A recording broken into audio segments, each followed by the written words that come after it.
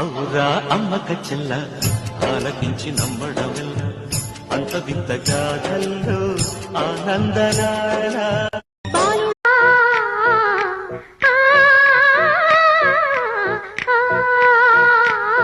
తన ఎద